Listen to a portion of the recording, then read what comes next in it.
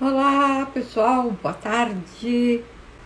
Bom, eu queria falar com vocês hoje uma coisa bastante interessante que é sobre a mudança de mindset, né? Então, quando a gente vem trabalhar nesse mundo digital, nesse universo digital, a gente precisa trabalhar a nossa cabecinha também, né? Mudança de mindset que foi um processo pelo qual eu precisei passar para trabalhar nesse mundo digital. Hoje, eu não sei se vocês viram, de manhã eu fui trabalhar no parque, né? É bom trabalhar no parque, é uma delícia. E é o que eu falo, bom dia, boa tarde, né, Rafael? Aqui em Portugal eles falam que depois do meio-dia, meio-dia e 1 já é boa tarde. Então, hoje eu fui trabalhar no parque. E eu falo o seguinte, se eu posso, você pode. Quando eu vim para cá, para Portugal, eu vim com a intenção de trabalhar na área acadêmica. E eu trabalhei um tempo na Universidade de Aveiro, mas eu percebi que não ia rolar. E aí eu decidi deixar a minha carreira acadêmica, né, uma carreira que já estava consolidada, para começar a trabalhar no digital. Então imagina, para quem tem uma carreira já consolidada, que é conhecido na sua carreira, que já editou livros, né, que trabalhava na FIA, que é na minha opinião, uma das melhores faculdades business, né, de business do Brasil. Então tem que fazer essa mudança, né, para a gente fazer essa mudança, a gente tem que trabalhar a cabecinha da gente. E a gente tem que pensar como empreendedor.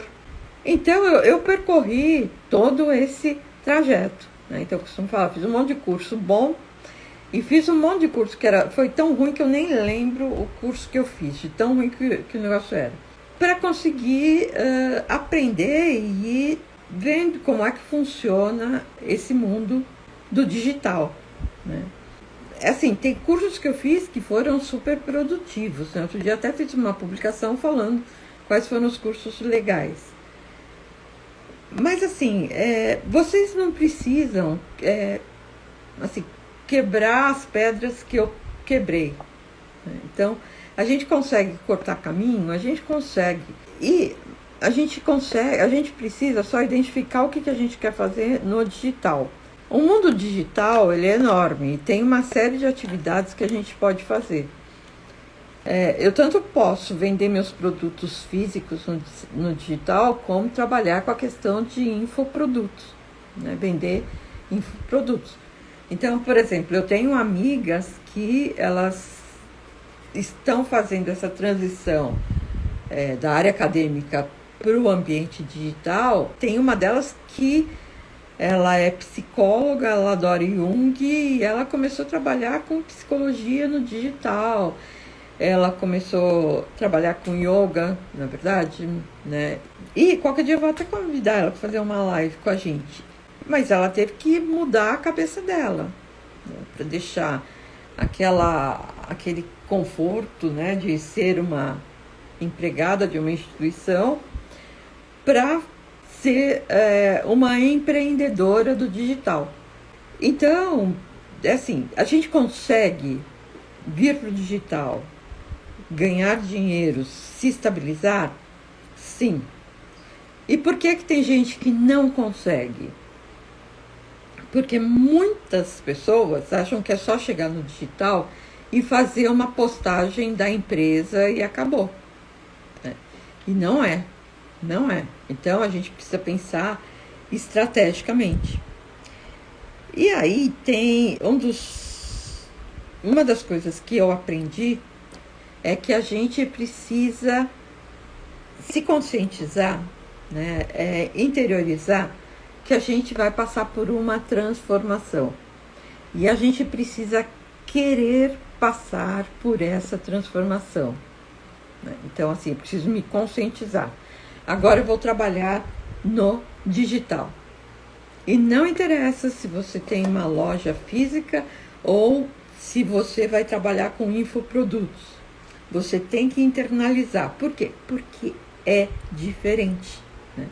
Então, uma das pessoas que eu mentorei, ela tem uma loja física, né, uma loja de material do escritório. E uma das coisas, né, que a gente falava era o ter que aparecer no digital. E ela no começo ela falava, mas eu fico desconfortável e tal.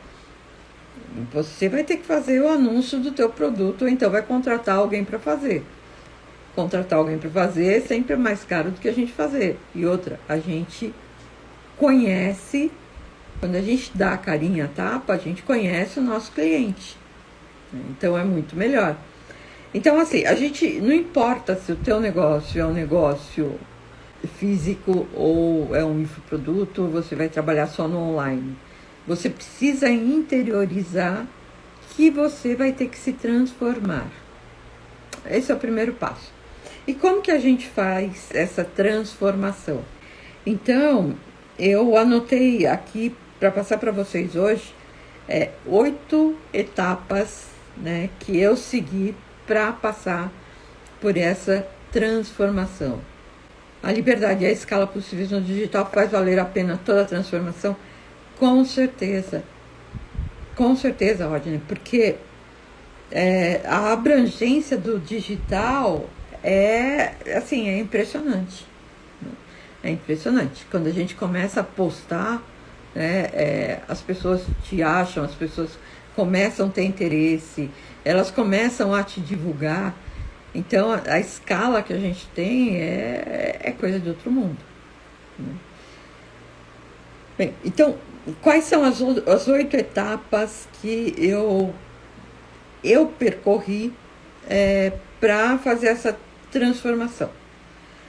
A primeira etapa, você tomar a decisão, tá? Então, quando eu decidi vir para o digital, eu falei, é isso que eu quero para mim, ponto, né?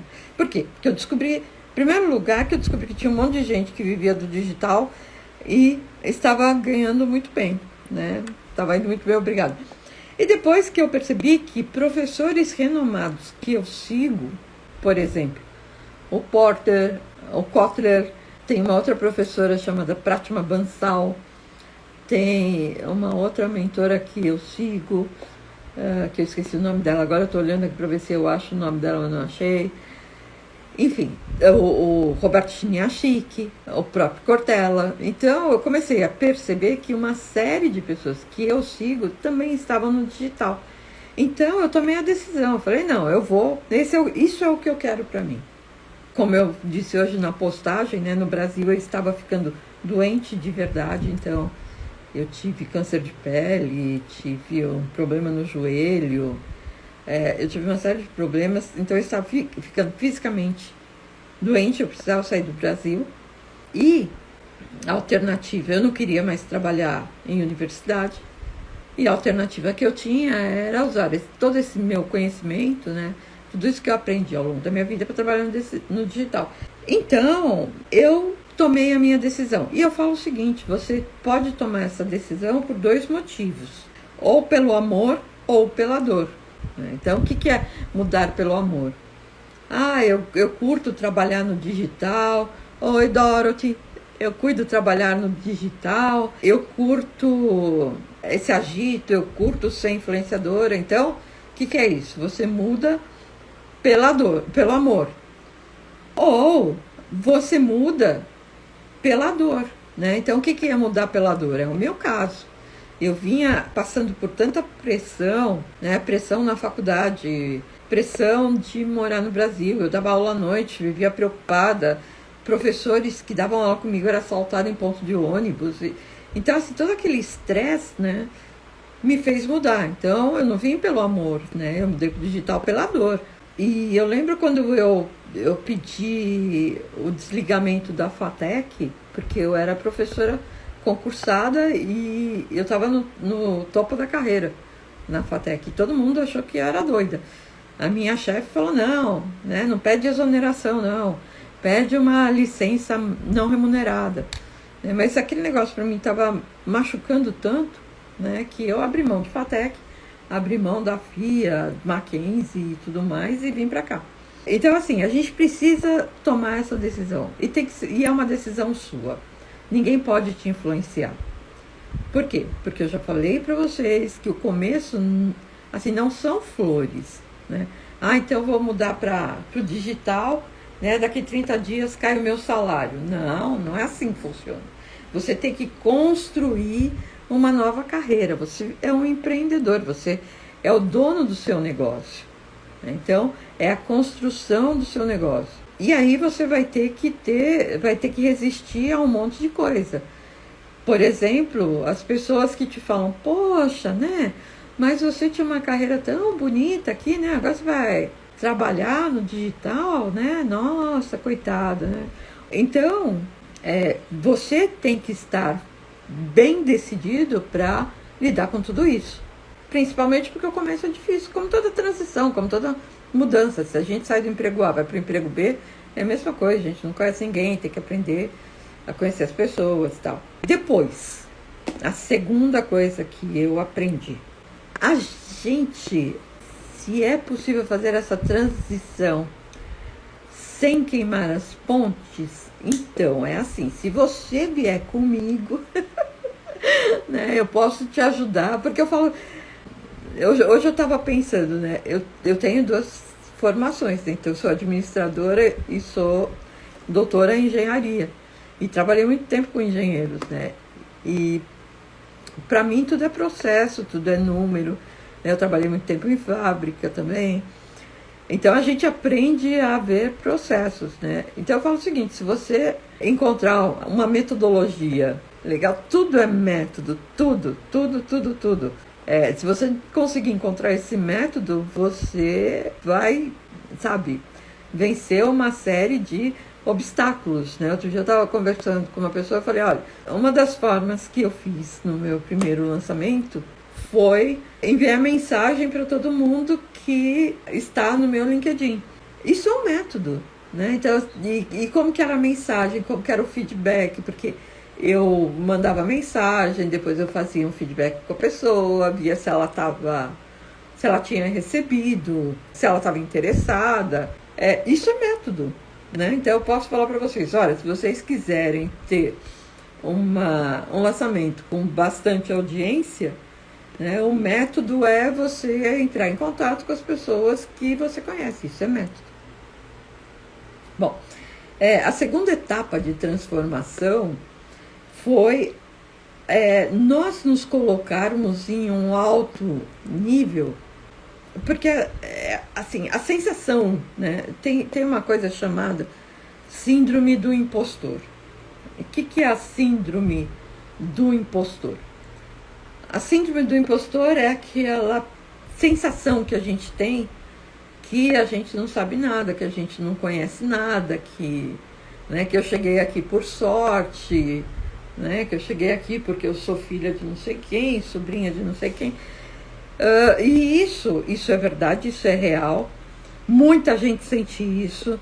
Altos executivos sentem isso, né? De repente tem dia que eu trabalhei muito tempo com diretores, né? Então tem dia que a gente acorda e fala assim, gente, eu não mereço estar aqui, né? Eu estou aqui porque alguém se distraiu, né, e me promoveu. Então a síndrome do impostor, ela existe. E a gente tem que trabalhar com ela. Então, o segundo passo dessa transformação foi eu fazer uma autoanálise, pensar muito na minha vida, identificar todos os caminhos que eu percorri e verificar quem realmente eu sou e como eu posso ajudar as pessoas. Então, nessa auto-reflexão, onde eu passei toda a minha carreira, né? Eu fiz um checklist por toda a minha carreira e é bom que vocês façam isso, tá? Isso é super importante. Eu comecei a identificar como eu poderia ajudar as pessoas. Então, por exemplo, eu fui executiva durante 20 anos. Eu trabalhei com planejamento estratégico, eu ajudei pequenas empresas que forneciam matéria-prima para a gente. Então, eu ajudei essas empresas a construírem o seu negócio, a criarem o seu negócio.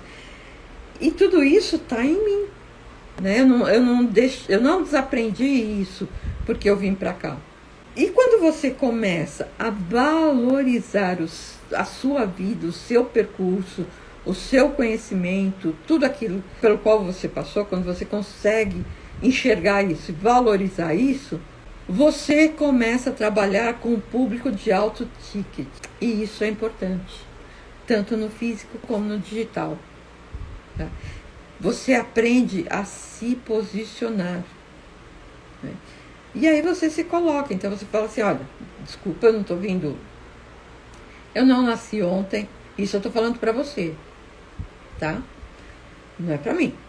Então, o discurso para você, o discurso que você vai fazer para você no espelho todos os dias de manhã é: eu não nasci ontem, eu tenho muito conhecimento, eu tenho uma bagagem profissional enorme, eu percorri um caminho muito bonito e eu posso ajudar muitas pessoas. E aí você começa a colocar num papelzinho, né? Tá aqui, ó, no papelzinho, como é que eu posso ajudar as pessoas. E vocês vão achar que eu estou louca, mas esse exercício de vocês escreverem, esse exercício de vocês colocarem no papel é super importante, porque é um vai e volta, e é assim que a gente estrutura o método. Então, é assim, qual foi o percurso que eu fiz? O que eu tenho de bom? O que eu aprendi que eu posso ajudar as outras pessoas com isso de bom que eu tenho, com isso que eu aprendi? E você estrutura, né? Que é o que eu fiz. Então, quem vem fazer mentoria comigo, o caminho que eu faço com elas é exatamente o caminho que eu fiz. E a pergunta que eu faço é: você quer viver do seu conhecimento da mesma forma que eu vivo? Né? Se você quer, esse daqui é o passo a passo. Eu sigo exatamente o caminho que eu segui. E eu quero que as pessoas sigam o caminho delas com a minha ajuda. Tá? Porque cada um tem o seu próprio conhecimento e é esse nosso conhecimento que vai ajudar outras pessoas. E aí a gente descobre quantas pessoas existem na face da Terra que precisariam de um pouquinho só do nosso conhecimento para deslanchar. Qual que é a terceira etapa da transformação? Gente, a terceira etapa da transformação é a mais difícil de todas, tá? É agir.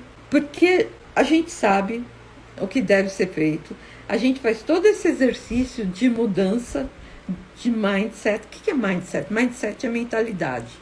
Então a gente faz todo esse exercício de mudança de mentalidade e a gente não age. Né? E a gente tem que agir. E por que a gente não age? Porque a gente tem uma série de medos. Então, é o medo de errar, é o medo de falar besteira, é o medo de fazer um post que ninguém gosta, é o medo disso, é o medo do que o amigo vai falar, é o medo. Gente, sabe? Aí o que a gente fica esperando? A gente fica esperando construir um modelo mais bonito do mundo. Enquanto a gente está esperando construir esse modelo mais bonito do mundo, o concorrente vai e lança o modelo dele. Aí você fala, pô, ele está falando isso que eu queria falar. Né? Então não tem que esperar, tem que agir. Ah, Denise, mas o meu modelo ainda não está pronto. Não faz mal. Aprende a trocar o pneu do carro com o carro andando. Por quê? Porque é esse processo que vai melhorar o seu modelo. Então, a ação. A ação é a terceira etapa do processo, tá? E é difícil, a gente não dá o primeiro passo. Não espere estar pronto para dar o primeiro passo, tá? Troque o pneu do carro com o carro andando. A quarta etapa para nossa transformação é dominar a situação. É a gente tomar a rédea daquele negócio nas nossas mãos. A minha tese de doutorado foi sobre orientação para mercado. E eu fiquei super surpresa quando eu descobri que orientação para o mercado significa que a empresa é dona do negócio dela. É isso, Rafael. feito é sempre melhor que perfeito. Quando eu trabalhava na rádio, a gente falava assim, o bom é inimigo do ótimo, né? Então, o feito é melhor que o perfeito. A gente tem que fazer, tem que soltar. E tomar as rédeas daquela situação na mão. Então, quem é o meu cliente? Quem eu quero? Qual que é o produto que eu vou fazer? Aquele que eu, pela competência que eu tenho, julgar que é o melhor para o meu cliente. Por quê? Porque eu conheço, né? É produto mínimo viável, é isso aí. Então, quando a próxima etapa da transformação é a gente tomar pé da situação e falar, olha, eu vou mudar, eu vou fazer isso, MVP, eu vou fazer isso, eu vou atender quem eu quero, eu vou produzir quem eu quero, eu vou produzir o que eu quero, né? Eu vou trabalhar a hora que eu quero. A gente toma pé, a vida é nossa. A gente não precisa ficar dependendo do chefe, do coordenador, para a gente ter sucesso. O nosso sucesso só depende da gente, né? O nosso sucesso só depende de, sabe, do próximo passo que a gente vai dar. Então, fazer essa transição de você virar um empreendedor, porque na verdade agora a gente é o empreendedor. E qual que é o produto que você vende? Eu vendo a sua transformação. E para fazer isso, né, eu preciso, assim, ser dona de mim, né? Ser muito confiante, ser dona da minha situação, né? Bom, depois, comprometer-se. Tradução, constância. Quando a gente trabalha com diferenciação, que a gente fala, eu vou entregar um benefício para o cliente, né?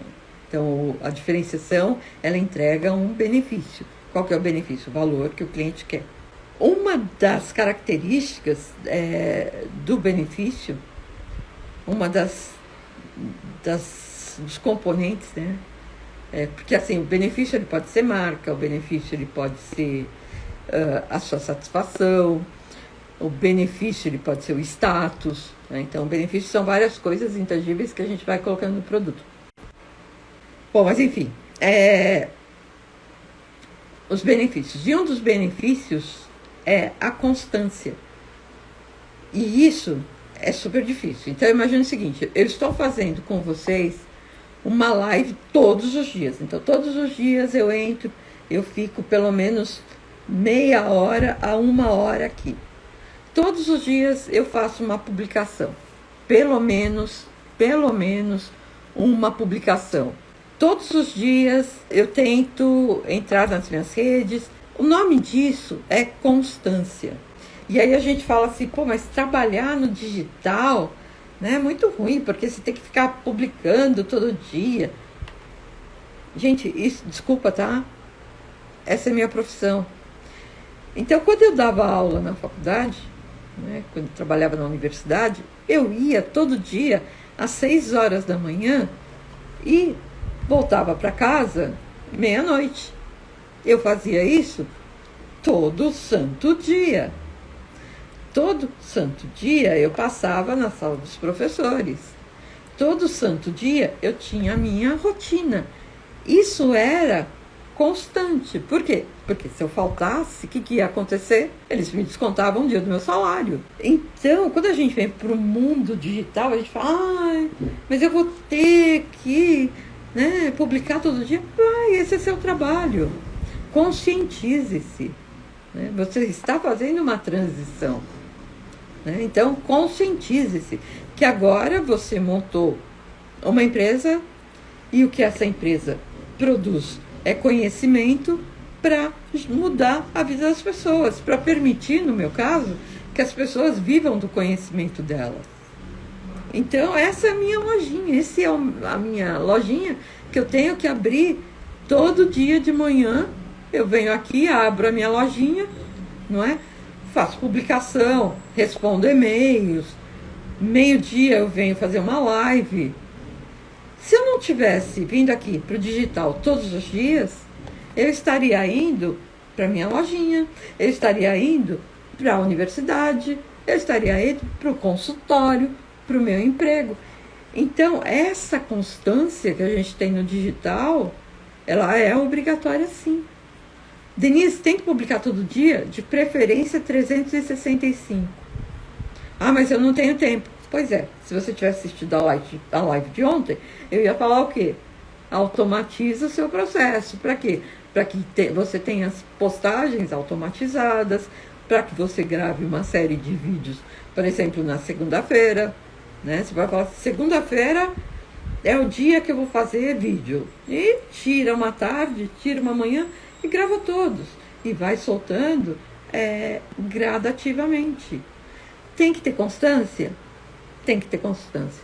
O nome disso é comprometimento. Se você tem comprometimento com o teu trabalho físico, você tem que ter comprometimento com o teu trabalho no digital.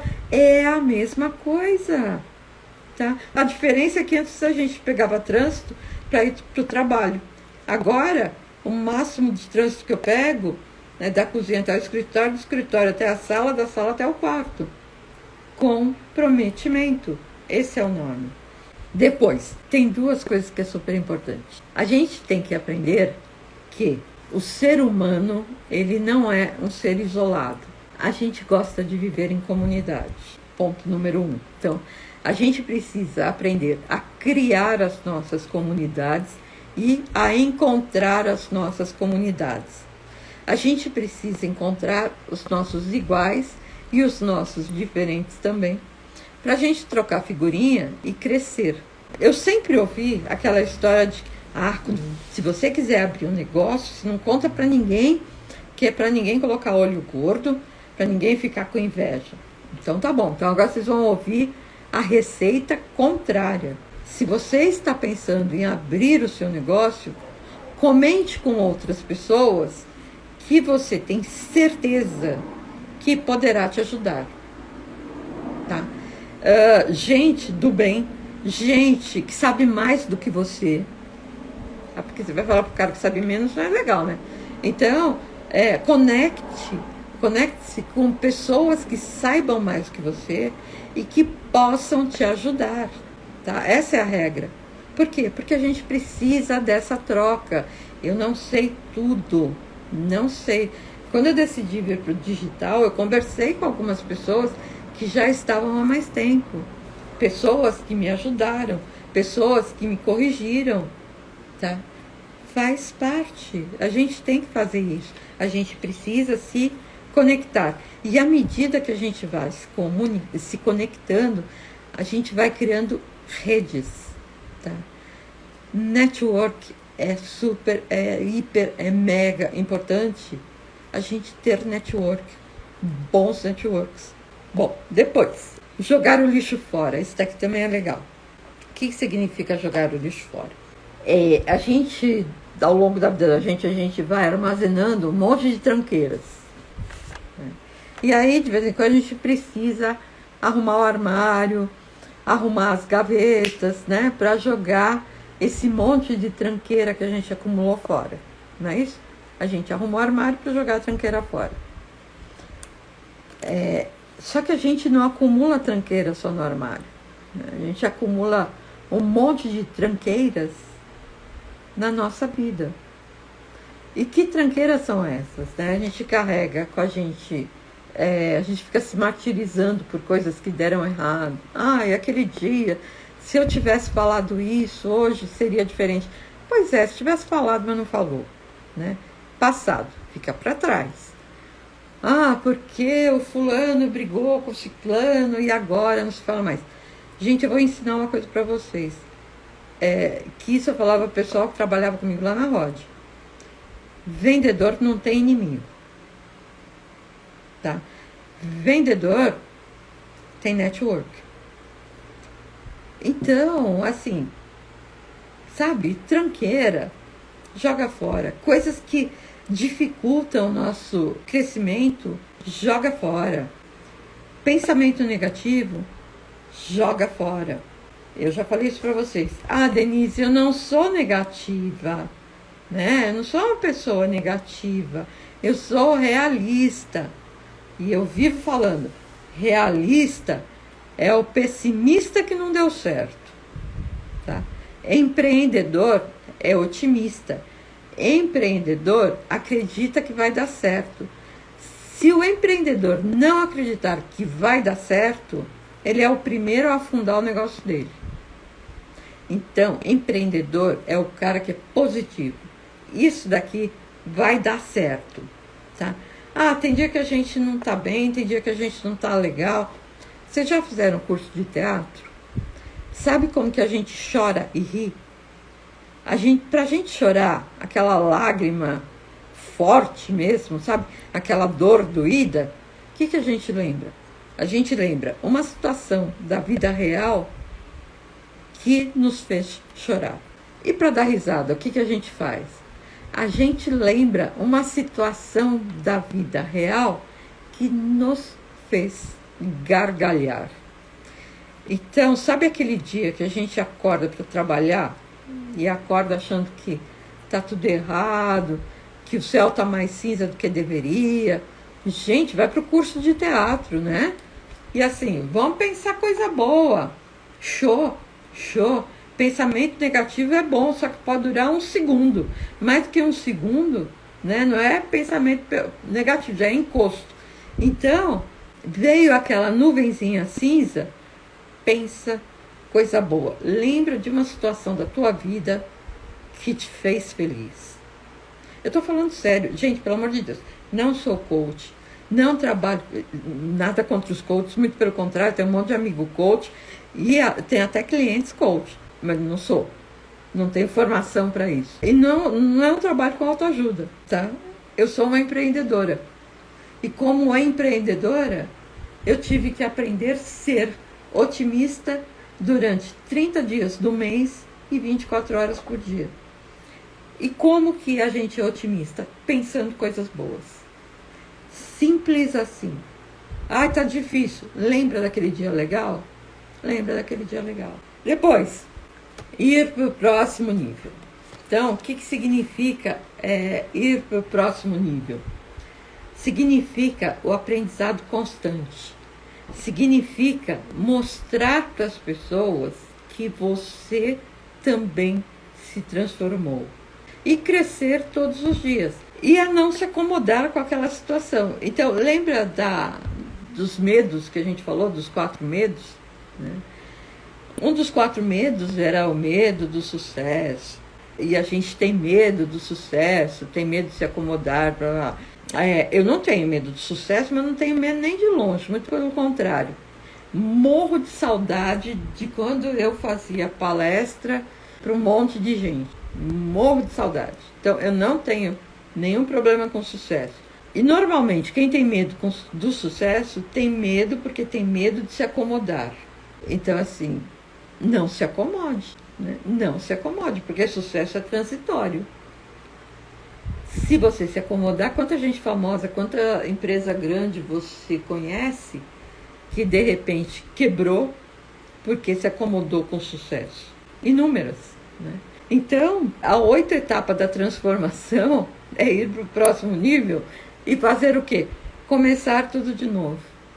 Você está louca, Denise? Não estou. Se eu estivesse falando com vocês sobre gestão da qualidade, eu iria falar que esse é o ciclo do PDCA. O que é o ciclo do PDCA? Planejar, fazer, checar e agir em cima das coisas que a gente fez para fazer as possíveis alterações para quê? Para melhorar. E depois que a gente fizer tudo isso, o que a gente faz? Planeja, executa, checa o que a gente fez e age nas melhorias. Denise, quando a gente para? Nunca. Nunca. Enquanto eu estiver vivo, nunca. Porque o dia que a gente desistir de melhorar, a gente morreu. Eu falo, nem anjinho desiste de melhorar, porque se ele desistisse de melhorar, ele não ia voltar para cá. Então, tudo isso, né, essas etapas de transformação é um processo de melhoria contínua. É por isso que a gente tem que passar.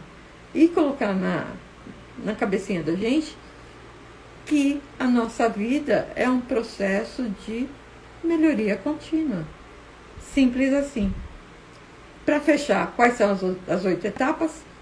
Tomar a decisão de que eu preciso passar por esse processo de transformação, colocar-me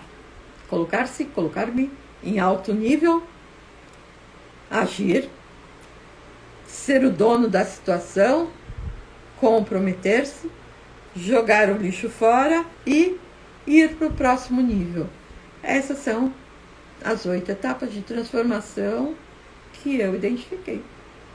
Se vocês tiverem alguma coisa, não concordarem, ou tiverem mais alguma etapa para eu incluir aqui, gente, vamos conversar.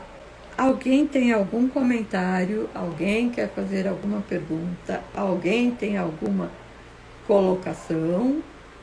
Tchan, tchan. Eu tenho um delay, né? Não sei se vocês perceberam. Às vezes a mensagem de vocês demoram alguns segundos para cair. Muito obrigada por vocês estarem aqui comigo, por vocês me ouvirem. Não esqueçam, dia 27, 28 e 29, evento, 27, 28 e 29, eu estou desafiando vocês a viverem do seu conhecimento. Vai ser um evento legal, porque eu vou mostrar para vocês algumas metodologias, né, para a gente viver do nosso conhecimento.